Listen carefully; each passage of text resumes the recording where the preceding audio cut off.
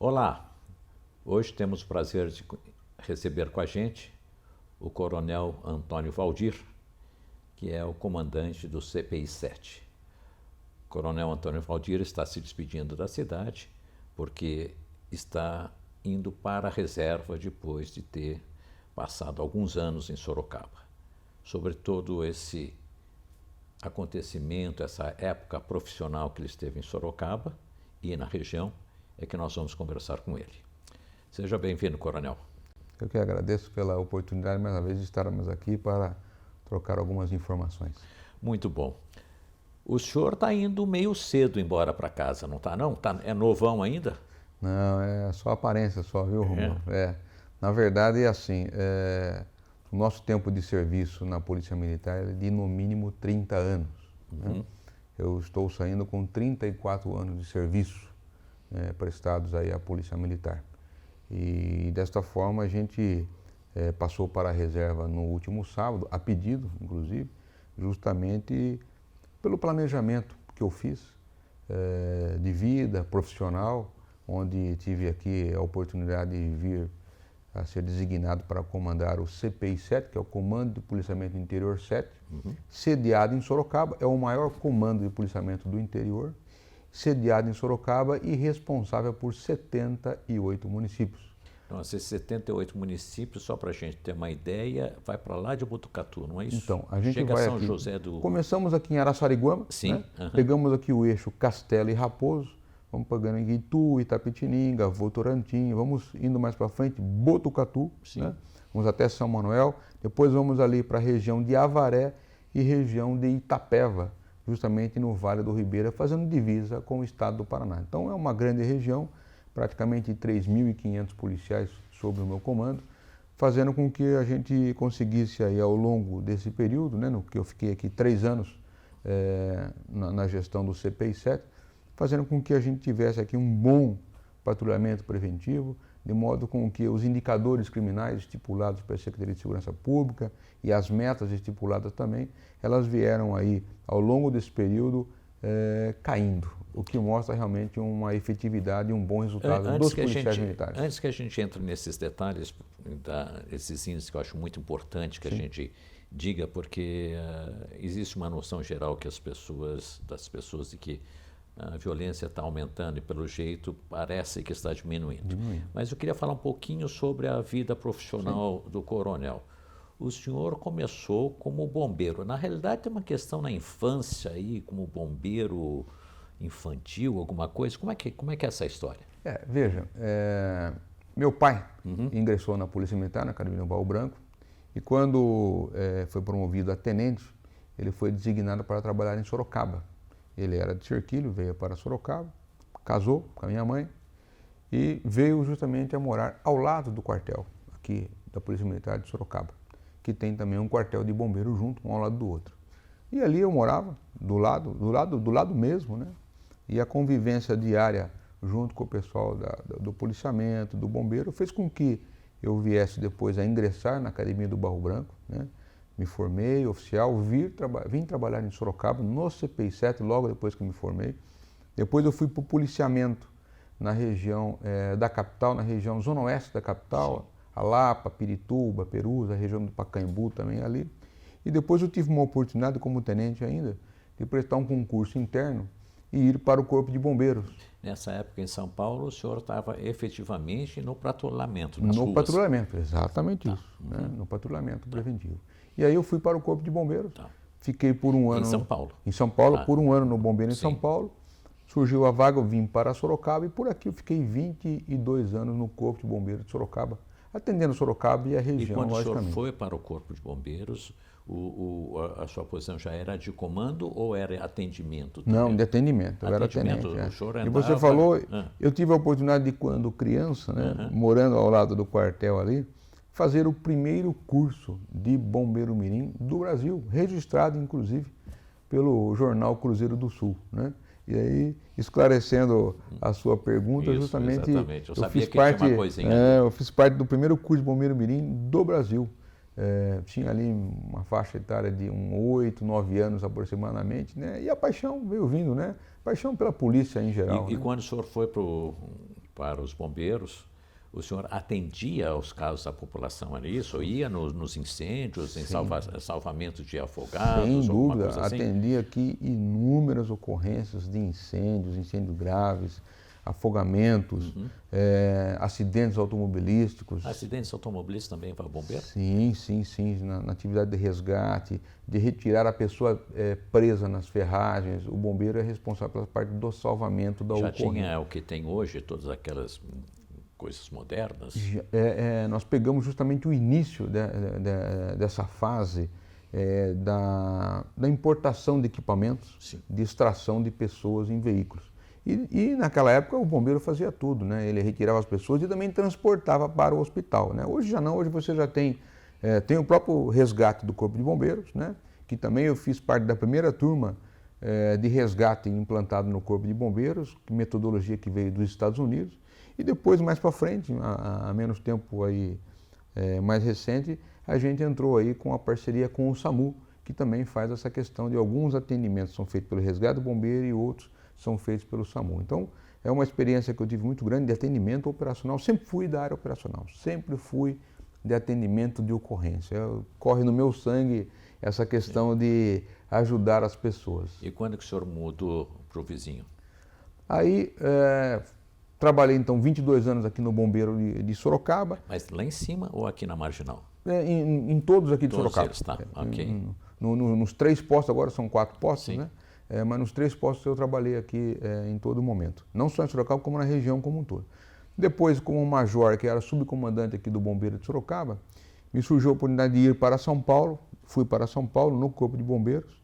E lá eu tive a oportunidade de ir para a Alemanha. Na Alemanha, para justamente ver o trabalho que a Alemanha fez na Copa do Mundo. Isso foi em 2012, visando a Copa do Mundo de 2014. Tivemos um aprendizado muito interessante lá. Depois tivemos a Copa das Confederações e em 2014, pela experiência que eu tive, eu acabei sendo designado para comandar o 1º Batalhão Copa na área do policiamento, justamente pela experiência que eu já tinha no policiamento, pelo que eu vi na Alemanha, na Copa das Confederações, e fui justamente responsável pelo policiamento preventivo na área da Arena São Paulo, o Itaquerão, onde cuidei de todo o patrulhamento preventivo, da segurança do estádio, e também não só do estádio, nos dias de jogos, dos dias que não tinha jogos, mas também das seleções que iam para o centro de treinamento na capital. E a partir daí, prossegui no policiamento, no comando, por exemplo, da capital, depois fui promovido a coronel, Sim. onde eu fui comandar o policiamento da zona norte da capital.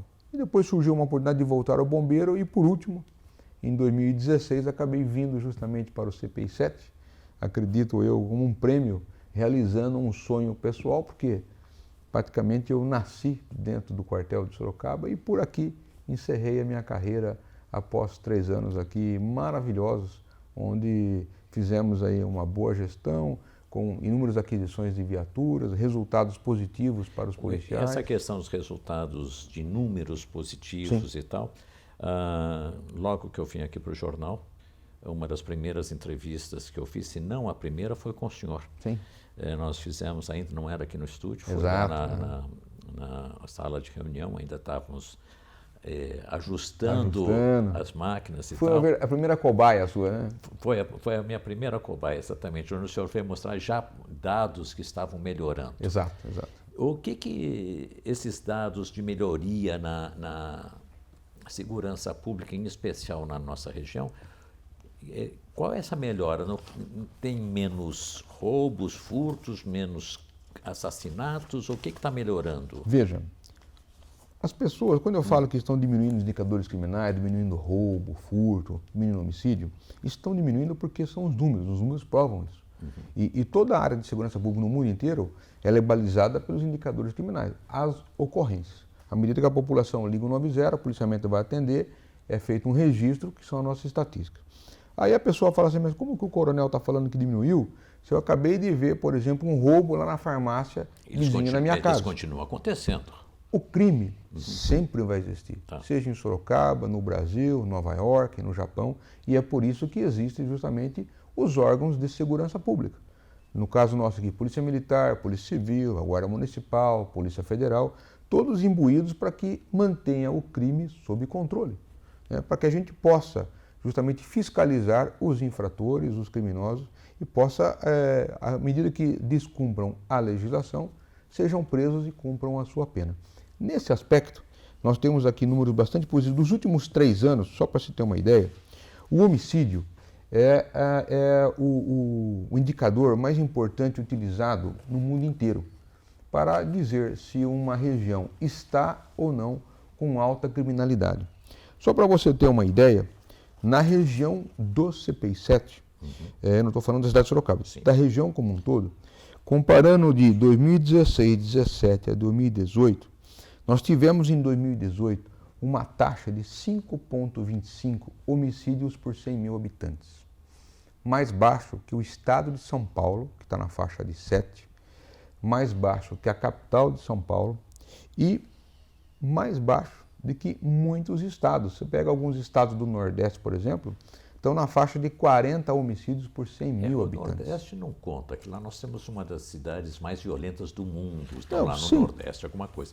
Mas eu acho que esse número Mas o estado de São Paulo hoje... expressivo, né? O estado de São Paulo é o que tem a menor taxa do Brasil. E 5,25 na região como um todo, realmente é uma taxa de muita, vamos dizer assim, tranquilidade, eu diria. Não, é bastante. Inclusive, dentro da área do CPI-7, eu me recordo disso, acho que quase uns 6 meses nós temos isso, do Índice Nacional de Criminalidade e Violência. Nós temos uma das cidades menos violentas do Brasil, acima de 100 mil habitantes, que é Tatuí. Exatamente isso. Que é uma cidade que tem isso ajuda muito também dentro das estatísticas aí, né? É uma cidade bastante tranquila, né? Sem dúvida. Vou fazer um comparativo aqui, as principais. Comparando os 3 anos da minha gestão aqui, o homicídio ele caiu 25%. Fechando 2018. O roubo diminuiu 30%. Roubo de?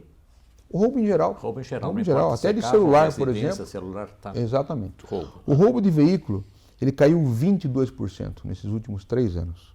Sendo que roubo de veículo e o furto de veículo caiu 6%. Roubo de veículo e furto de veículo é o comando do interior, são 10 comandos. Embora é o maior comando de todo o estado de São Paulo, são 78 municípios, nós somos o comando que mais diminuiu o indicador de roubo de veículos e de furto de veículos. Uma ação integrada, Polícia Militar, Polícia Civil, Fiscalização Municipal, fazendo vistorias, operações de desmanche. Isso é foco em desmanche, não é não? Exatamente. Porque eu acho que o pessoal não leva mais carro para o Paraguai como acontecia antigamente, ou ainda acontece isso? Não, ainda tem, mas menos. Bem menos, né? Agora a preocupação é que são as peças realmente. As peças mesmo. Então, para ter uma ideia, o furto reduziu 8%, né? Latrocínio diminuiu 31%. A questão, por exemplo, de roubo a banco diminuiu 55%. Só para ter uma ideia, em 2016 nós tivemos... Roubo a banco, o senhor chama caixa eletrônico também? Não. Caixa eletrônico vou fazer já o comparativo. Outro, tá. Roubo a banco é aquele que chegou, o banco está em funcionamento, no banco, as pessoas estão lá dentro, chegam as pessoas armadas, tudo mais, e pratica um roubo lá durante o horário comercial. Em 2016, na região como um todo, tivemos apenas 9 roubo a banco. 2018, 4, né, na região como um todo, tá certo? 71 municípios, então uma redução de 55%. Falando justamente em caixa eletrônico, quando eu assumi, o secretário de Segurança Pública, Dr. Magno, ele falou assim para mim: Antônio Valdir, você tem na região de Sorocaba uma grande missão. Você é responsável por 1/3 das ocorrências de explosão de caixa eletrônica do estado de São Paulo. Eu tomei aquilo como desafio e fizemos inúmeras ações de inteligência policial, operações inclusive junto com o GAECO, né? Com os promotores do GAECO, uma parceria muito forte, onde, só para você ter uma ideia, de 2015, que nós tínhamos 111 ocorrências registradas de explosão de caixas eletrônicos, chegamos a 2018 com apenas 36 ocorrências de explosão de caixa eletrônico, uma redução de 67%. Qual o resultado disso? Nós tivemos, ao longo desses últimos 3 anos, inúmeras prisões. Isso que eu ia perguntar, de criminosos. Quer dizer, é prisão efetiva ou porque houve uma mudança de modus operandi do pessoal? Agora isso aqui não interessa Nós mais. fomos aos poucos na questão da inteligência policial, junto com o GAECO, um trabalho muito bem feito, quero agradecer aqui o GAECO por essa parceria importante. Justamente nós detectamos quem eram as pessoas que participavam, né, através de imagens, inúmeras situações, né, eu não posso revelar aqui. Sim. E nós prendemos essas pessoas e fomos diminuindo as quadrilhas organizadas de caixa eletrônico, chegando aqui a redução de 67%. Então, como eu disse assim, missão cumprida em todos os setores, né? Finalizando, inclusive na questão da Deixa eu fazer uma perguntinha sobre esse caso. Pois não? O caixas eletrônicos está ligado à dinamite. Sim. E aquele caso que aconteceu em Pilar do Sul, conseguiram roubaram aquele caminhão inteiro, absurdo, 5 toneladas de dinamite. Isso cabe, na verdade, a ação não é da Polícia Militar, né? Está sendo feita uma investigação a respeito disso. Mas, nas ocorrências de explosão de caixas que tivemos, toda vez que sobrava algum explosivo, todo explosivo ele tem um lote, né? Uma identificação. Sim. E nenhuma delas foi identificado de que foi do mesmo roubo que ocorreu aqui justamente na região. Aquilo foi para algum outro lugar, com certeza. Na questão ainda dos indicadores criminais que estão diminuindo, a contrapartida é de que os policiais militares de toda a nossa região, por sinais, policiais valorosos, à medida que eles cumpriam as metas trimestrais da Secretaria de Segurança Pública, ele ganha uma bonificação financeira. Só para ter uma ideia, nesse ano, dos 4 trimestres que nós tivemos esse ano de 2018, primeiro, segundo, terceiro e quarto trimestre, em todos os trimestres, o CPI 7, os policiais, conseguiram bonificação por resultados. Só para ter uma ideia, em 2016 nós tínhamos apenas 8 unidades. Fechamos 2018 com 35 unidades, praticamente todo o efetivo do CPI 7. Se não recebeu, porque ainda não foram pagos todos, foi pago só o primeiro trimestre. Né? Há um planejamento de pagamento, mas já está garantido o pagamento a eles, né? Do primeiro trimestre já foi pago, agora do segundo, terceiro e quarto trimestre ao longo desse ano aqui, e de acordo com a disponibilidade do governo nesse país. Então, é realmente muito positivo. Os próprios policiais estão recebendo, só para ter uma ideia, os policiais militares de Sorocaba, 7º Batalhão, no segundo trimestre, que vai ser pago ainda futuro próximo, receberão R$5 mil cada um pelos resultados na redução significativa dos indicadores criminais. Mas isso realmente então, realmente, assim, o que a gente planejou, né, a gente conseguiu aqui trazer realmente um fator bastante positivo na redução dos indicadores criminais, fazer com que os policiais tratassem com firmeza à medida que era necessário, o criminoso principalmente, mas tratar o cidadão de bem com muito respeito, com muita educação. Como é que foi conseguido isso? Porque o que a gente observa é uma questão, acho que própria aqui da nossa região, e que a gente, ainda mais aqui estando no Cruzeiro do Sul, a gente não observa casos de problemas com policiais. Tem um ou outro, mas não na proporção que a gente às vezes ouvia há mais de 10 anos ou alguma coisa. O que está sendo feito na Polícia Militar que está deixando a corporação mais profissional, mais atenta ao cidadão? Eu acredito que é sempre o aperfeiçoamento, instrução diária. Não estou falando só do alto comando, não estou falando do operacional, aquele que está na ponta da linha. Na verdade, essa é a nossa maior preocupação, é o policial que atenda a ocorrência, desde aquele que atende o telefone 190, tenta atender bem o cidadão, bem como quando você envia uma viatura para atender o cidadão que está necessitando do apoio da Polícia Militar. Então, tudo isso é uma sistemática que já vem vindo há um certo tempo, tá certo? Fazendo com que os policiais realmente, como eu sempre falo para os policiais, tratem com firmeza aquele que merece. Até porque o policial não pode descuidar da sua segurança pessoal, né? A vida dele está em risco a todo momento. E trate com educação o cidadão de bem, aquele que merece e cumpre com suas obrigações. Existe aí um fato relacionado aí que a gente deve prestar atenção.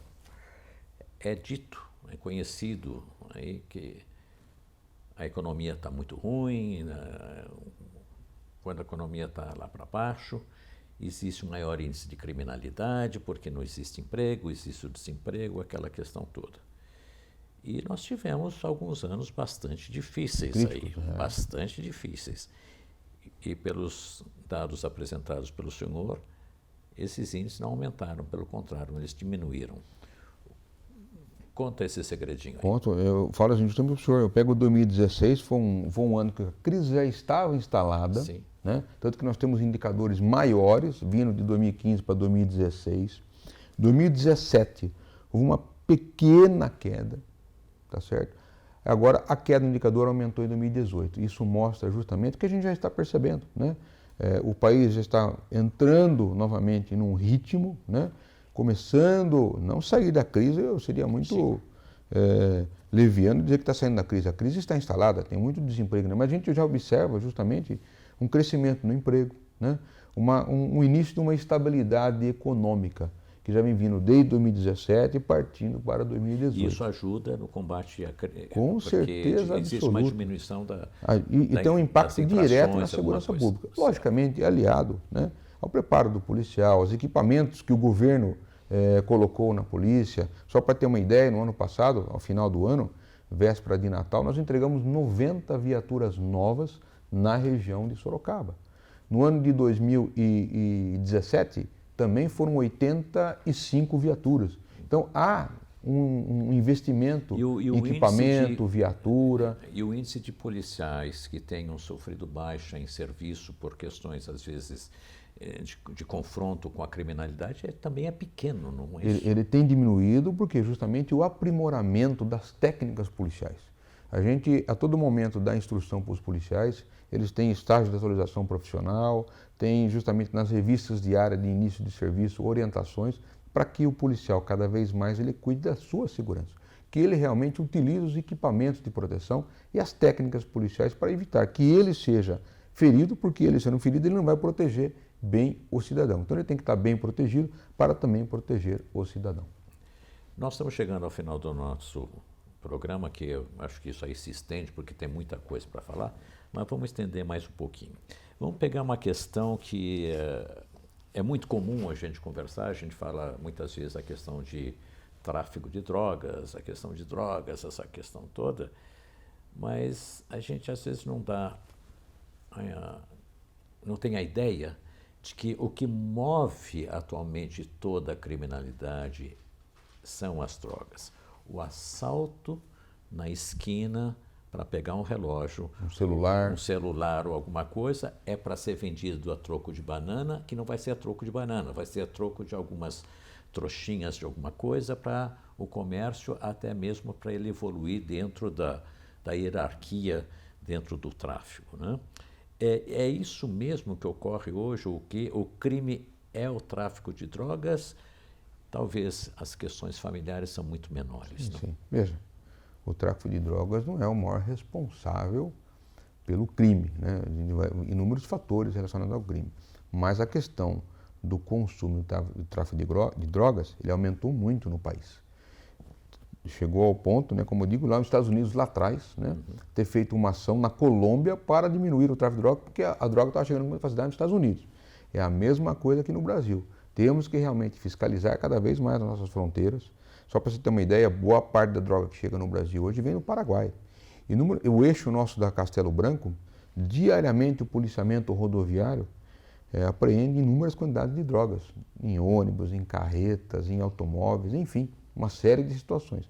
Eu vejo que o grande desafio, sim, é o combate ao tráfico de drogas e, principalmente, um trabalho de educação, principalmente nas escolas, que tem o trabalho do PROERD, que é o Programa da Polícia Militar de Educação e Redução às Drogas, fazendo com que o jovem ele não entre nessa situação, porque é um caminho muitas vezes sem volta.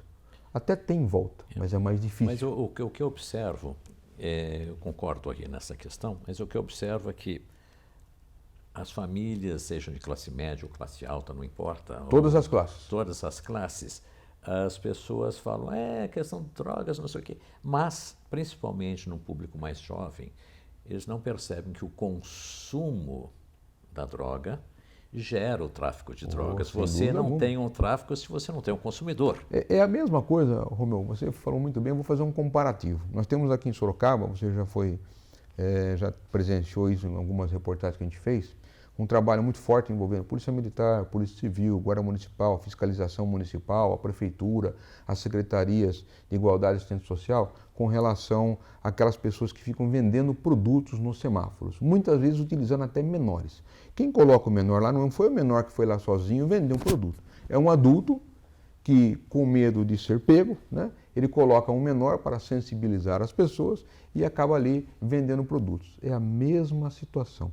Quem compra um produto, seja um alimento, uma pipoca, uma bala, um pano, qualquer produto, num semáforo, ele está colaborando sim com a criminalidade, ou muitas vezes até afundando essa pessoa que poderia ter uma oportunidade melhor. Então, aquele que compra uma bala, aquele que compra uma pipoca, seja de um adulto, e até pior, aquele que compra de um menor que está no semáforo, porque as pessoas têm muita mania de achar, a polícia que tem que cuidar disso. Não.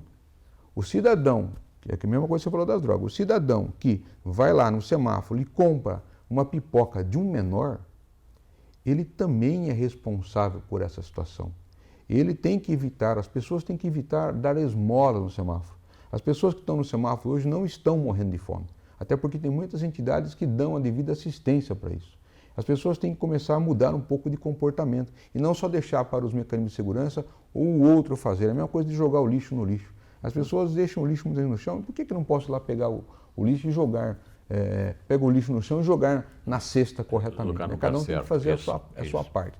Então é a mesma coisa. Quem está transitando com o veículo tem que parar um pouco de dar esmola no semáforo ou comprar produtos, porque ele está fazendo com que o sistema aumente e justamente aumenta a criminalidade. Só para você ter uma ideia, tem algumas situações daquelas pessoas que vendem algum produto no semáforo, seja até mesmo limpar um para-brisa, eles fazem uma marca, por exemplo, num veículo, porque ele viu ali uma moça com uma bolsa, o vidro aberto, um celular ali perto do painel, né? Ou Ele sinaliza, né? Ele sinaliza para o camarada lá na frente e tá fácil, ele vai lá, pega e vai embora. E vai trocar muitas vezes por uma droga. As pessoas muitas vezes, ali, semáforo muitas vezes consumo de droga ou bebida alcoólica. Nem sempre às vezes é para consumo próprio, é apenas para ele poder comercializar isso e ter mais lucro. Também. E então, vai vender para quem? Para aquele que possivelmente vai ter o carro assaltado na próxima vez. Exatamente. E essa questão é um ciclo vicioso. É um ciclo vicioso. Que as pessoas não percebem que às vezes ele está colaborando com o consumo. Eu tenho uma última pergunta que, senão a gente vai ficar aqui, tem muita coisa para a gente conversar, mas a gente tem ouvido, lido muitas informações diárias sobre o aumento de violência contra a mulher, Sim. até a questão do feminicídio, né? A pergunta que eu faço, e isso diretamente para o comandante, né? Está havendo um aumento de casos ou está havendo um aumento de relatórios? Mais pessoas estão informando, isso está sendo mais buscado ou está sendo registrado como tal? Eu entendo que as pessoas estão tomando um pouco mais de consciência dessa situação preocupante, porque realmente a mulher, ela, por questão física, não generalizando, porque tem mulher que é muito mais forte muitas vezes que eu, né? Mas em geral, né, o físico brasileiro, né, a mulher ela tem menos força que o homem, tá certo? E muitas vezes o homem abusa dessa situação de questão física realmente. Então a gente observa que há muitas campanhas fazendo com que as mulheres denunciem os seus maridos, os seus companheiros, porque ela tem medo. Medo por uma questão cultural de perder a família, de perder aquele apoio que tem, a residência. Ou até achando que antes não funcionava denunciar. Agora parece que está funcionando. Isso tudo funciona. Tem o botão do pânico, a delegacia da mulher, o próprio fórum que cuida de tudo isso aí, do Poder Judiciário, enfim. Eu acredito que estão registrando, as mulheres estão tomando um pouco mais de coragem e elas têm que fazer isso mesmo. A gente só precisa tomar um pouco de cuidado com relação a taxar isso como feminicídio. Porque não é porque uma mulher foi vítima, ou ela seja de um homicídio, seja de uma lesão, que isso é um feminicídio. São coisas diferentes, sim, tá certo? Uma é aquela relação comum que ela já tem com o seu marido, com o seu companheiro, uma série de coisas, com o namorado, seja quem for, e ali há uma desavença e o homem parte para a violência, um desproporcional. E a outra são aquelas pessoas que, aí sim eu chamo de feminicídio, que ele simplesmente nem conhece a vítima, mas por uma questão dela ser mulher, ele vai e ataca, né? que são os maníacos, vamos colocar dessa forma, né? Simplesmente que nem conhece, mas ela é uma mulher. Ou leva à morte, né? E leva à morte. Né? Aí sim, esse pode dizer que é um feminicídio. Mas o senhor acha que está tendo, então, mais casos que são denunciados, não que esteja havendo um aumento? Não que esteja havendo um aumento, na minha opinião. Sim. Ao contrário. Os mecanismos hoje, legais, Poder Judiciário, Poder Executivo, a própria imprensa, que vocês ajudam bastante isso, justamente para fazer com que as pessoas tenham mais coragem. Você veja aí, recentemente, inúmeros artistas, inclusive, que denunciaram uma pessoa justamente que vinha praticando algumas situações delicadas contra mulheres, né? Em várias denúncias de inúmeras mulheres, mais de 200, 300 mulheres fazendo queixo. Isso justamente é um encorajamento dessas mulheres, que eu acho que tem que ter. A mulher realmente tem que se proteger e se unir, para que realmente isso acabe e mude a cultura brasileira. Eu entendo que não só a Polícia Militar, mas também até a Polícia Civil, parece que eles estão mais sintonizados no que é isso e dando resposta a essas denúncias. Né? Sem dúvida. Não deixa de ser algo, tá bom, não vou deixar passar. Não, é uma mudança cultural, eu acredito também, entendeu? Eu acho que isso é muito importante. A própria entrada da mulher nas polícias, as mulheres dominando os inúmeros setores profissionais. Isso a quem lhe substitui atualmente? A minha tenente-coronel, a minha subcomandante, né, que é a tenente-coronel Jorge, né, é um exemplo. Né? Exatamente. Ela continua ali no comando interino até a nomeação pelo governador do meu substituto, né? Sim. É um exemplo, a mulher... A outra coronel, que era de São José dos Campos, que foi vice-candidata... A coronel Nicolucci, que inclusive passou para a reserva no sábado junto comigo, inclusive, foi vice-candidata a vice-governadora. Então são exemplos maravilhosos que a gente vê, né, ao longo dos anos, né? A Polícia Feminina tem mais de 60 anos no estado de São Paulo. Então, e tudo isso vem realmente mudando parâmetros culturais, acredito eu. A gente poderia continuar, mas tem um limite aqui, a gente tenta ficar de uma certa maneira aí, mais próximo de um tempo de assistir que seja agradável. A gente está indo embora, mas antes eu vou deixar com o Coronel Valdir as últimas palavras, agora que ele vai deixar a farda e vai vestir uma bermuda.